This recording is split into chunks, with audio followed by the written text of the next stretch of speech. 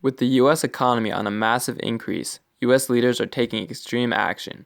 To stay in office, they're going undercover in their own country. This week we follow President Dan Kienervelt as he learns and describes how the rise of industry is affecting immigration and urban life. This is Undercover Boss. I'm Dan Kienervelt, the 19th President of the United States of America, and this is Undercover Boss. This country is booming economically, but at the expense of the common man. Because of industrialism, new class structures are emerging with the rich, elite class at the top. Right now, the top 10% controls about 90% of the nation's wealth. I want to see my country the real way it is, not the way my advisors want me to see it. I am going undercover. Dan Kienervelt's first stop is a mine on the West Coast, where he will learn from a blue-collar miner. The American economy has become strongly supported by workers like this one. Hello, I'm new here. Can you help me? Okay, well let's move to where we can talk.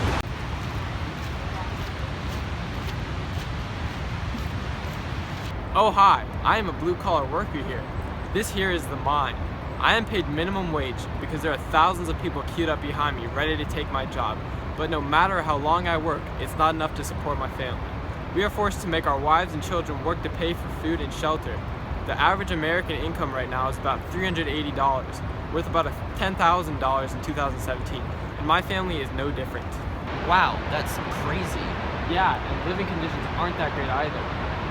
Granted, industrialization has improved the quality of life across the nation, but there are many more people flooding into the cities, which leads to the creation of slums because the poor cannot afford better. So, why is it all so crowded?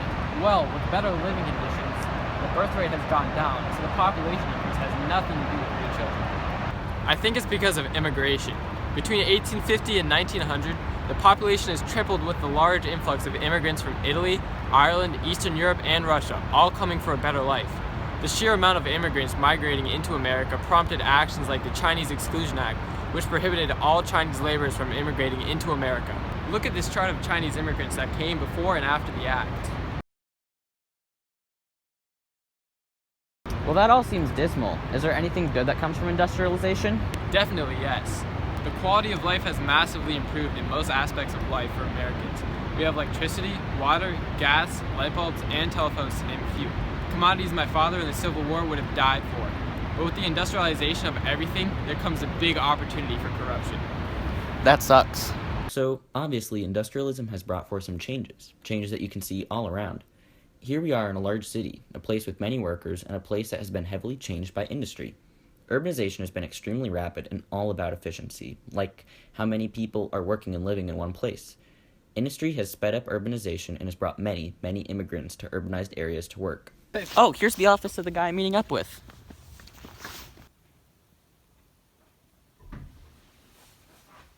Hi. Who are you? I'm the new employee here. Can you tell me how you became a white-collar worker? I came to be a white-collar worker because industrialism created huge corporations that owned all of the factories. These big companies need people to coordinate the logistics of the whole organization. Basically, the middlemen between the chief executives and the factories. This is where me and my employees come in. I'm holding a party tonight. You want to come? Okay.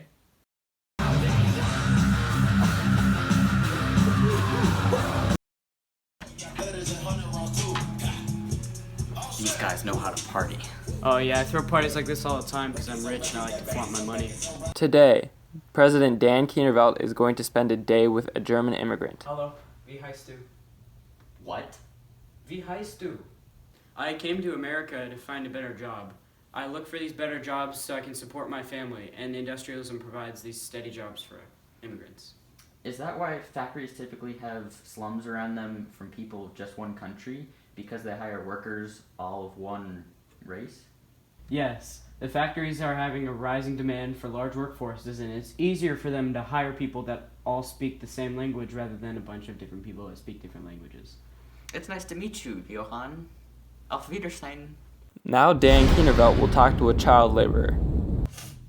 Hello, mister. How are you? Hello, little girl. Can you tell me anything about child labor? I work at a spinning factory to support my family. Wages are so low that if I don't work, my family won't have enough money to afford food. Oh, that's too bad. Hey, look! It's a picture of me and my friends at the spinning factory.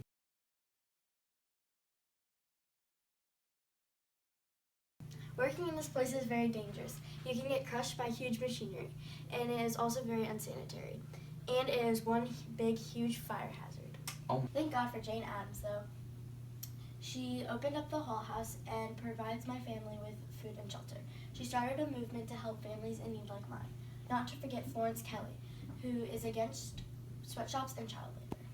Wow, that's amazing. I'm glad to hear that Americans are stepping up to help each other. Another way they've helped each other is by creating unions. Not that they are entirely effective.